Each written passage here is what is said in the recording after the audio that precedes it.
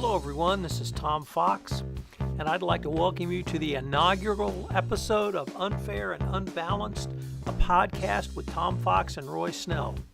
Roy is the CEO at the Society of Corporate Compliance and Ethics, or the SCCE, and for some time I've wanted to do a podcast with Roy, so I was able to sit down with him at the recent Compliance and Ethics Annual Institute held in October in Las Vegas and start this podcast. In this podcast, we talk about the Yates Memo and some of the implications we both see going therefrom. This podcast comes in at just over 40 minutes, a little bit longer than my normal podcast, but I hope you enjoy it as much as I've enjoyed visiting with Roy, and that you'll come back for further episodes. Thank you for listening. Roy, thanks for starting this with me. There's a couple of things I want to throw out to you, and maybe you could pitch some things back to me. But what do you feel is, if there is a conflict of interest between a structure where a chief compliance officer has direct reporting up to an audit committee as opposed to through a general counsel or legal department? I think there's two areas of conflict that the people who oppose reporting to the general counsel state on a regular basis. One is that if there is an incident in the organization in which an investigation occurs from an enforcement agency from the outside, that one of the roles of the general counsel's office is to work with leadership to defend the company. Right. And it's difficult. The compliance officer by nature cannot be involved in defending the company. The whole purpose of the function was created, as you know, to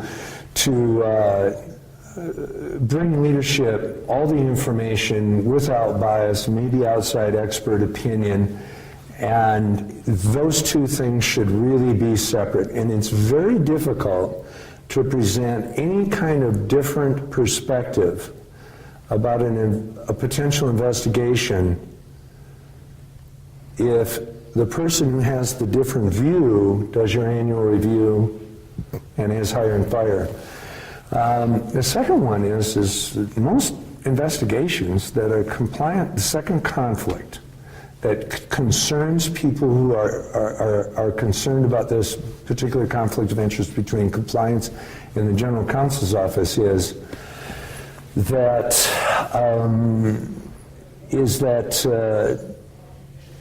if you investigate a legal matter that was decided a few years before, if the hotline says, I think this this contract we have with this other organization is got problems, the compliance officer is supposed to investigate it.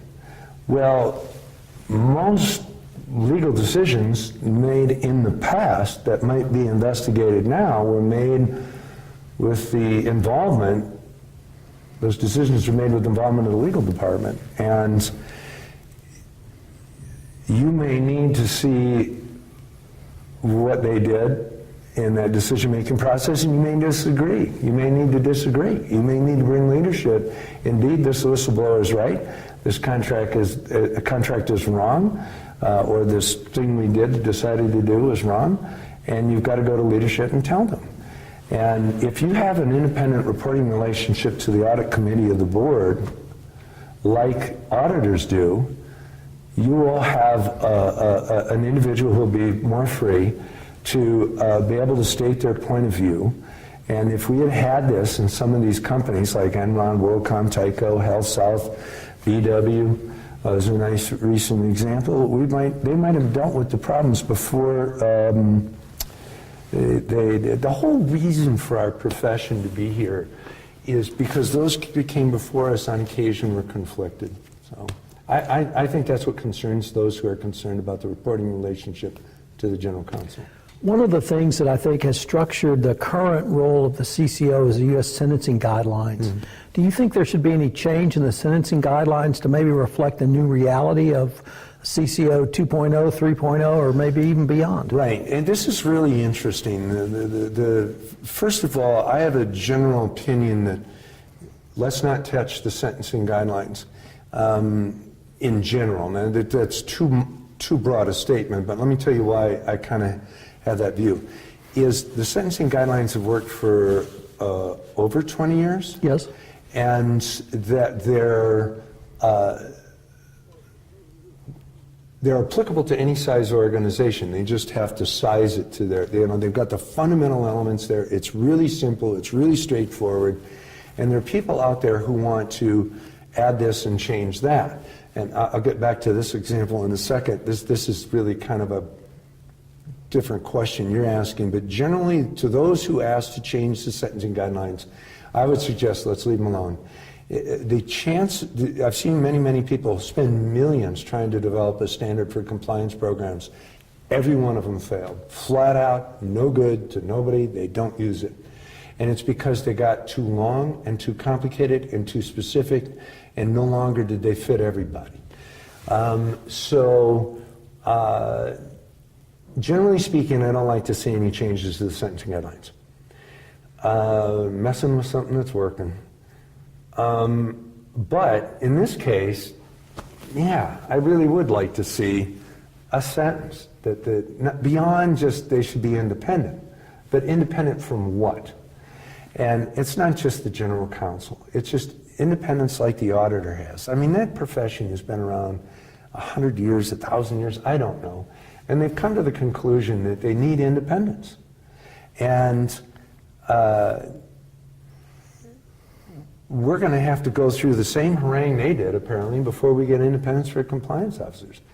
And so maybe it would be good to have a sentence in there that says independent from whom or independent for what reasons. But my experience with anybody in the enforcement community or the government or even the U.S. Sentencing Commission is they justifiably are really cautious about telling companies how to run their company. And they think that telling who should report to whom crosses some line. And so we probably won't get specifics out of them until they lose their patience like they did in the audit world. Right. And write Sarbanes-Oxley and mandate independence for the auditor. What do you think is one of the biggest misconceptions about the compliance field or the compliance discipline? There's so many. I actually have a list of myths. A lot of people think it's real complicated, and it's not. We prevent, find, and fix problems by essentially looking for them. And the thing that is new in the compliance field is simply, in my mind, finishing. We've been auditing all the elements of a compliance program, have been around for 1 million years, you know, and we have just added the "and you will fix it" part, and you will work with the organization to fix it. People go to some of our training. We have some training that's particularly focused on this sort of thing. It's called the Academy, and people walk out of there smacking their foreheads saying, I get it now. People with lots of experience, medium experience, and no experience. And really what these people are doing, as Einstein said, if you can't explain it simply, you don't understand it well enough. But we found the people who can explain it simply.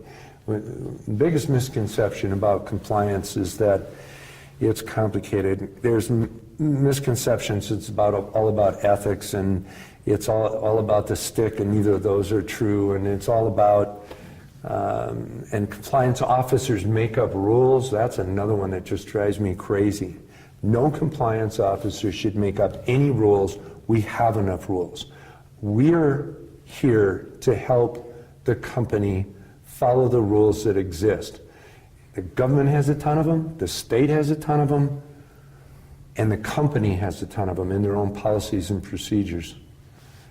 We don't need more rules. We need people to help us follow the rules. So we are not as onerous as people make us out to be. I, pulling from a separate discipline, I say that compliance is easy, it's just not simple. Yeah. You got to want to do it. Yeah. It's a lot about attitude. Yep. Let me ask you a question. We'll jump around a little bit here.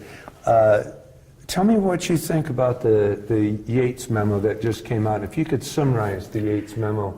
Well, I have to preface that with the following.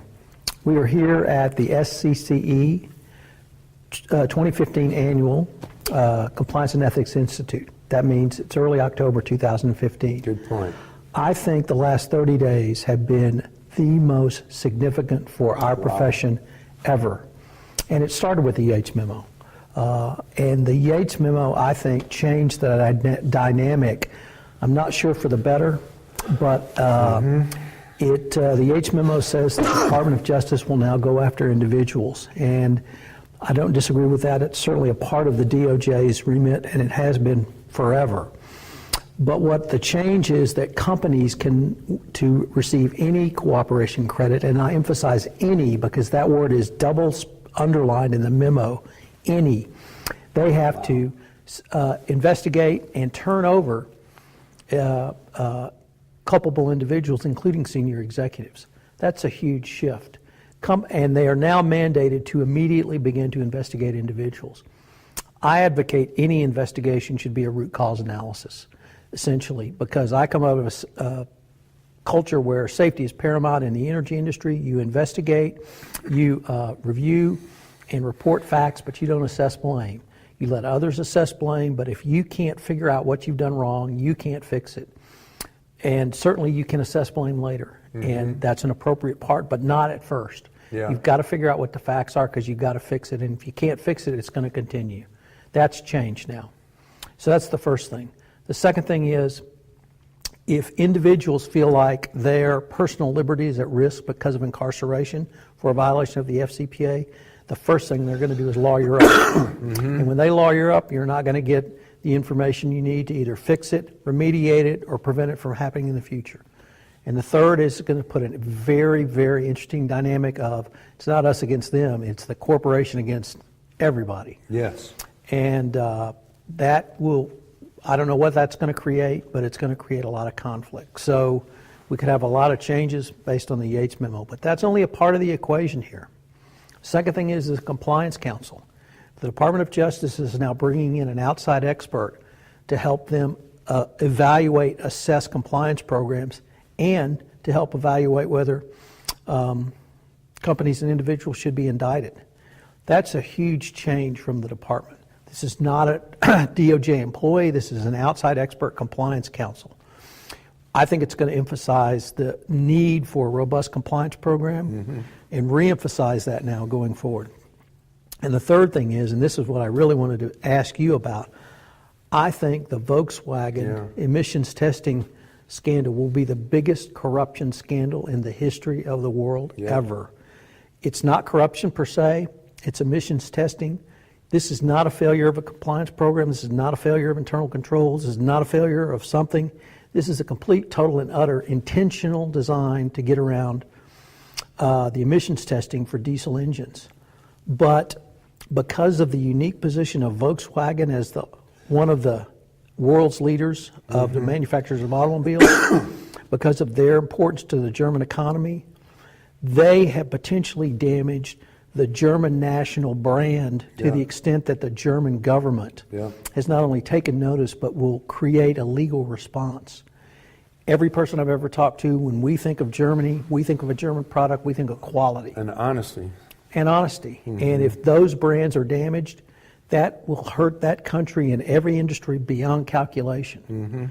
And I think that is going to lead to just a flowering of compliance going forward. So I really think the last 30 days have had the greatest significance in my career. I love the assessment of those three things converging. All sorts of issues in society hum along, and then somebody does something, and we kind of get numb to it, no matter what the issue is, and then somebody takes it to a level that nobody else has taken it before, and it's the dam breaking. Right. And the VW issue very much could be, because it appears to me, and I have no knowledge, but that a lot of people knew that this was going on in VW, and somehow it didn't get brought up the chain, or somehow there wasn't a single individual who went screaming into leadership saying, I found this out and we need to fix it now. But it's what you say, the word you said, deliberateness. It is calculated. It is a respected country. It is a respected company. It is an outrageous act of if the allegations are true, which they've actually admitted to most of them, is that it just does set out there.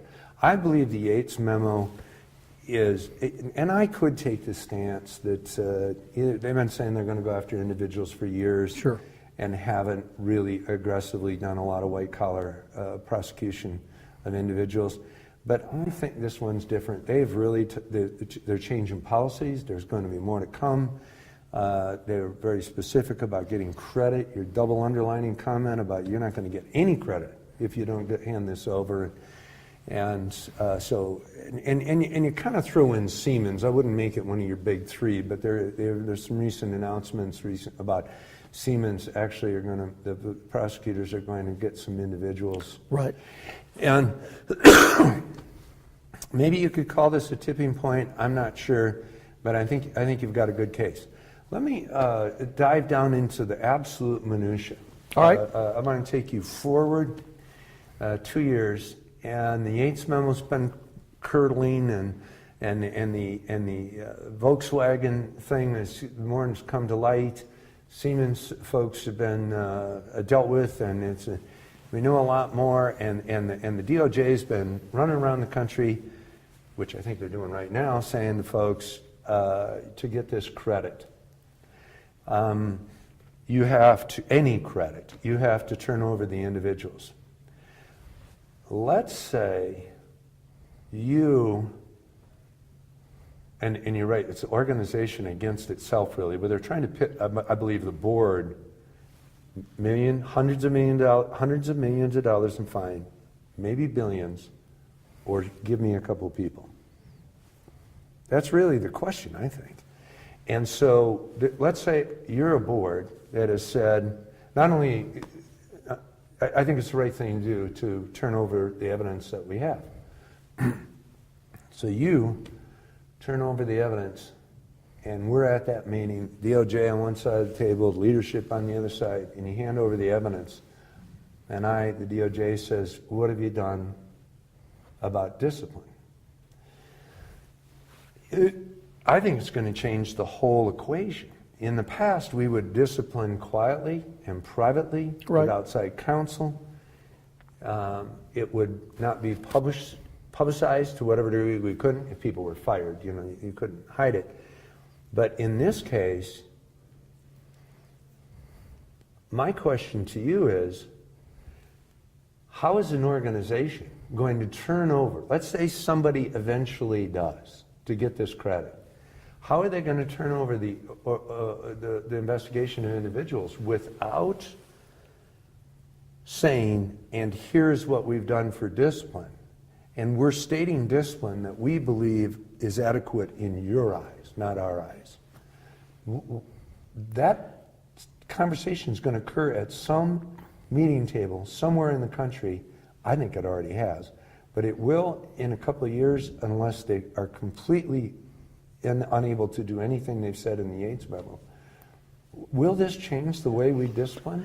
I'm afraid it's going to change it to almost a hair-trigger termination scheme, and very little, if any, due process will be granted to employees, and that it will change the entire dynamic of what has been traditionally thought of as a fair process doctrine, because the ability of an accused to either confront their accuser, which you have in trial, or at least in the corporate world, you have the right to confront the accusing evidence against you and try to rebut it.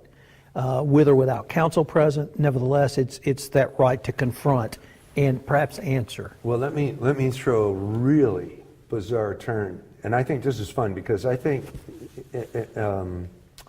insightfulness is things people look at, things that people are talking about, and make an observation that no one has thought about. Okay, so 2 years from now, materials handed over. It has to come with discipline, or it's not going to be credible. The discipline has to be credible in the eyes of the enforcement community by definition, or they're not going to give you credit. They're not saying that. I'm saying that. They aren't saying it yet. Yeah. And everybody's going to come to this conclusion. And you've taken it a step further.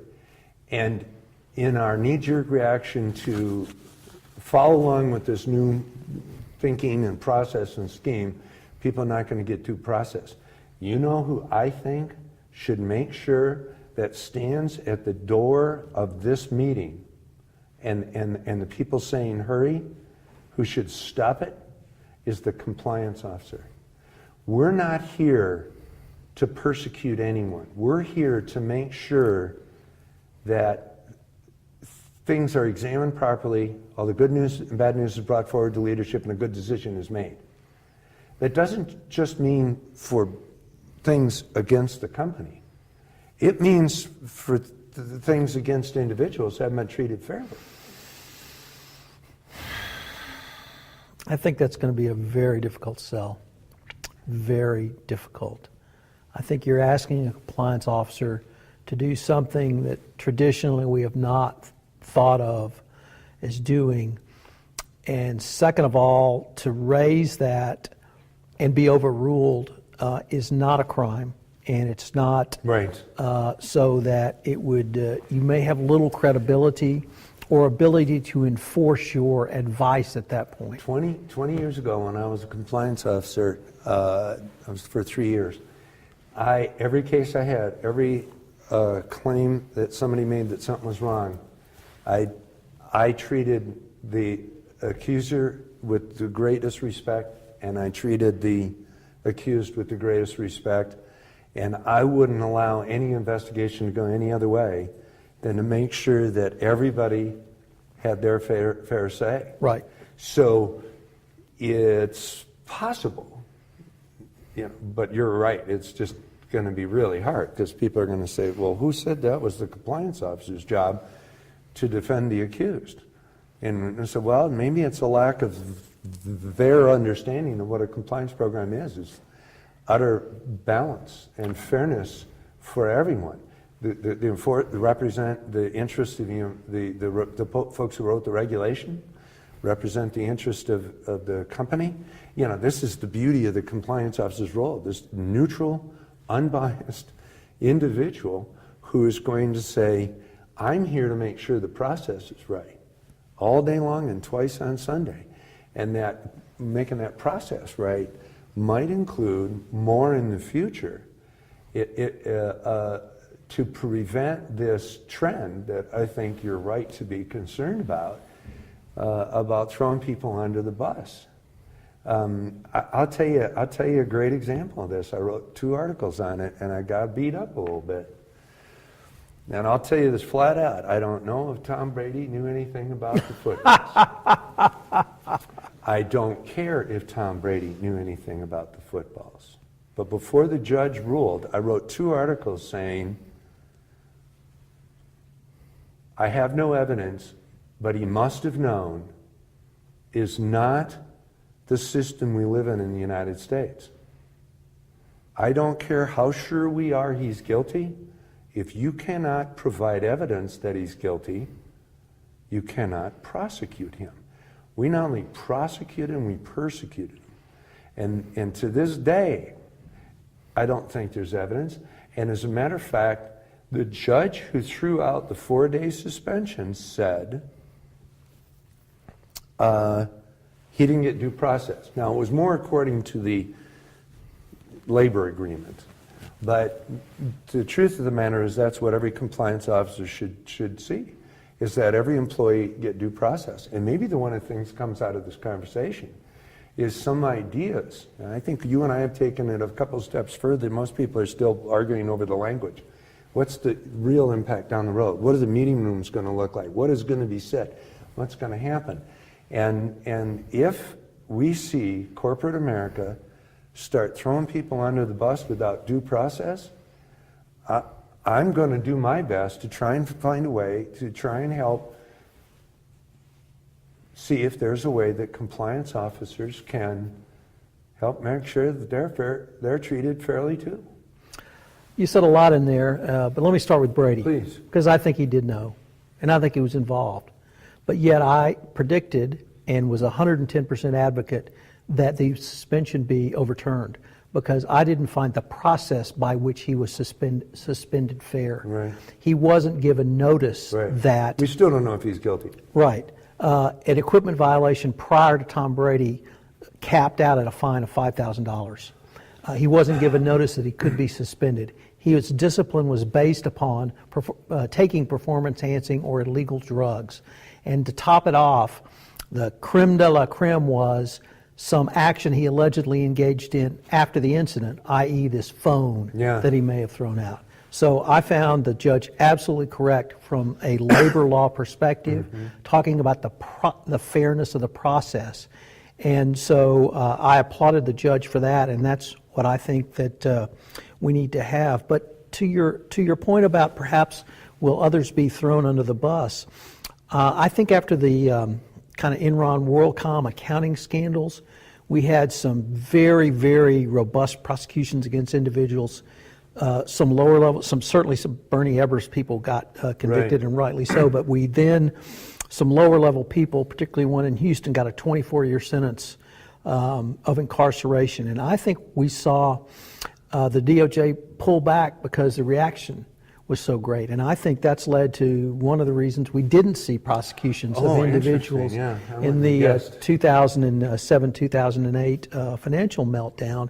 And now we see a reaction to that. So if things go too far, I think voices, perhaps like the SCCE, perhaps other commentators will, certainly the business community will raise those concerns. And boy, if there's one thing the DOJ has demonstrated to me in my career in compliance is they listen. And they may not respond quickly, but they listen and they take things into account. And I think we've seen several of those over the past 30 days even.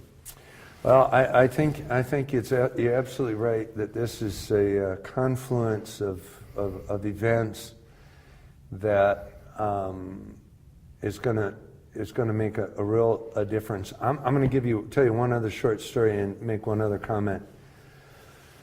I felt when I was a compliance officer, I had a duty to everyone. I had duty to everybody for fairness, represent the enforcement, the rule of law, represent the policies and procedures, ethical behavior, represent the accused, the accuser. I just think our profession is here to stop the madness. Somebody do something that's fair and balanced and reasonable and good process, right? One of the other things that I thought that was my role is to keep the people who paid my benefits and paid my salary out of trouble. Right. And personally, too. And I don't believe everybody's bad. I think some people get too close to the edge, and I think quite often leadership is encouraged to get close to the edge. I think quite often leadership is encouraged to go over the edge. And I wanted to be that little mouse in the corner who sat around in as many meetings as I could get in, and when they got close, I'd come running and say, close the door and talk individually. So anyways, one individual said something who was in a leadership role that didn't sound supportive of compliance in a compliance meeting. And I went to my supervisor and I said, the very important person who I really probably shouldn't be going to see and telling him what to do is exposure. When the investigation occurs, someday there'll be one, the enforcement committee is going to ask all the middle management who on high squelched this stuff. And they're going to want the biggest name that they can. And I said, he didn't mean it. He didn't mean it this way. He's generally supportive. He's exposed. And he said, just go talk to him. Well, this might be the last time I talk to him, but I'm going to go talk to him. And I went to this guy who was really on high. I closed the door and I said, look, you said these words in this meeting the other day that could give people the impression that you're not supportive of compliance. When an investigation occurs here, they're going to ask the first question of who in leadership tried to keep this stuff from happening. They're going to quote you and they're going to have witnesses because there were several people there. Part of my job is to keep you out of trouble. And I'm telling you, I can't have you in this position. And the guy says, thank you. And I said, thank you. and I got up and left. I think one of the byproducts, all that said to say, of the Yates memo, if it has a meaningful impact, and there's some debate whether or not it's just another statement that says we're going to go get them and things really don't change. We're going to go get white collar criminals or whatever. But if it is somewhat effective, and leadership does pay attention now to the fact that there's a greater chance they might get prosecuted, that they may look at compliance officers differently. I'm a CEO, actually. I'm a CEO of a nonprofit that happens to be about compliance and ethics programs. And we have 15,000 members, and so I'm in a weird little world here. But I expect my people to help me. I expect my people to watch out for me. I expect my people to tell me when I'm being stupid. And I don't think a lot of leaders know that they need that someone tied at their hip at a lot of the meetings whose sole purpose is prevent, find, and fix ethical and regulatory missteps. And by the way, particularly tell me when somebody's trying to get me to do something that isn't going to be right. This could change the whole relationship between the C-suite and the compliance officers. Well, I 100% agree with you for the following reason. I think the biggest lesson learned from the Yates memo is CEO like Roy Snell's going to pick up the phone, say, Tom, come to my office, and you're going to say, how we doing? Mm-hmm. And I think Exactly. that's it. How we doing? And that's that would what's, be a great blog post. how we doing? The Yates memo will result in the question, how we doing? And people are going to say, what is this post about? And they'll read that and they'll say, I want to ask you one more question. Do you think that compliance officers should give the Yates memo to their leadership? And if so, how? I would cut out point number 2, which says that for a company to receive any underscored twice cooperation, they must turn over individuals. And I would put that on one PowerPoint slide and say, boys, this is our safety moment right here. I was all ready to correct you and tell you about my answer, which was better, and you killed me. Because my thing is always with these deals is you don't have this habit. But a lot of people in the legal profession have this habit that more is better. More pages, give them the whole thing, write a 25-page summary of a whatever page document. I was going to suggest pull 4 or 5 sentences out, write 4 or 5 other sentences that translated it into leadership speak. But I'm now going to say what you said, because you can't be more specific. The way there are going to be people in his ear saying the Yates memo means nothing, his or her ear, whatever leader you're talking to. And we at a minimum need to say to them, look, I may be right, I may be wrong. The Yates memo may or may not change things. Frankly, things might have changed without the Yates memo. After the financial services debacle and nobody went, very few people were personally gone after. Oh, as to your point on the tipping point, what happened 4 days before the Yates memo? The GM deferred prosecution agreement where 124 people died, 0 individual prosecution. Sorry. No, it's absolutely but a that's great part point. of the tipping point. It's just mounting and mounting and mounting and So mounting. it was coming, you're right. I've had people come to me over the years, and it wasn't the Yates memo, but it was the Dingelhoff memo, or the guy who wrote this great article, or the guy who started this company, and they will say, I created this industry, I created this profession, it's only because of my actions has the compliance profession happened and gotten this strong. And I just look at them and I'm sorry. There's nobody here that can claim that. It is what you have said, in part, is these, and they say, if I go away, one guy in particular said, if I go away and if I stop supporting this, it's all going to come apart. And I'm like, this is going way beyond you. One thing after another, it's building and building and Right. building. And it's, my bottom line is it's based on common sense.